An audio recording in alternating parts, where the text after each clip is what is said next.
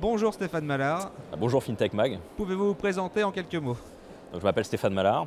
Je travaille sur la stratégie, sur l'innovation et la prospective dans les salles de marché de la Société Générale. Et aujourd'hui, notre sujet, le sujet dont je me suis emparé, c'est l'intelligence artificielle. Donc on réfléchit aux tendances à moyen, long terme, à ce que doit être la salle de marché, aux impacts qui arrivent notamment en termes de technologie, d'organisation, d'interaction qui sont induits par le digital, toutes les nouvelles technologies, et en particulier par l'intelligence artificielle.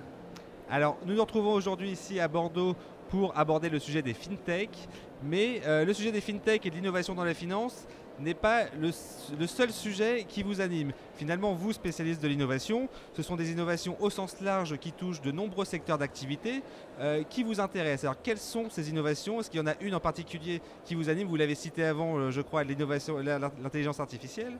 Pouvez-vous nous en parler, nous dire quelques mots à ce sujet-là? Alors effectivement, comme je vous le disais, la grosse révolution qui est en train d'arriver en ce moment, c'est la révolution de l'intelligence artificielle. En fait, jusqu'à aujourd'hui, ce qu'on faisait avec l'informatique, c'était de l'informatique de la connaissance.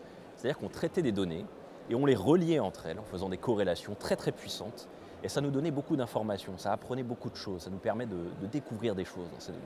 Ce qui est en train de se passer aujourd'hui au niveau de l'intelligence artificielle, c'est qu'on est en train de créer des machines qui ressemblent de plus en plus à notre cerveau, aussi bien sur son fonctionnement, ses mécanismes, et qui nous permet d'atteindre à peu près les mêmes objectifs.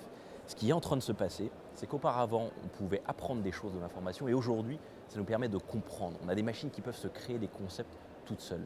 Et qu'est-ce que ça implique, ça? En fait, ça implique que la portée de l'intelligence artificielle, elle est absolument globale.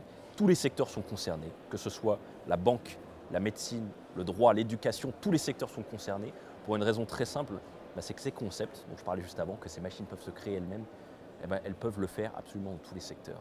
Donc on va être touchés, nous aussi, dans la banque. Et comment le cerveau humain peut se préparer à cette innovation, sachant qu'il est potentiellement remplaçable par des machines? Alors, j'ai pas été jusqu'à dire ça, mais c'est vrai que c'est une question qu'on entend souvent. Alors, c'est vrai que c'est très important de se préparer. D'ailleurs, ce sujet, il est tellement sérieux que ceux qui sont les plus avancés en termes d'intelligence artificielle en ce moment, c'est-à-dire les géants du web, les Google, les Facebook, les Amazon, tous ces gens-là, ils prennent tellement le sujet au sérieux sur la capacité de l'homme à s'adapter, le fonctionnement de son cerveau, comme vous disiez, sa place dans la société de demain, qu'ils sont en train de créer des comités d'éthique à toute vitesse, qui réfléchissent à toutes ces questions pour s'y préparer. Merci Stéphane Mallard.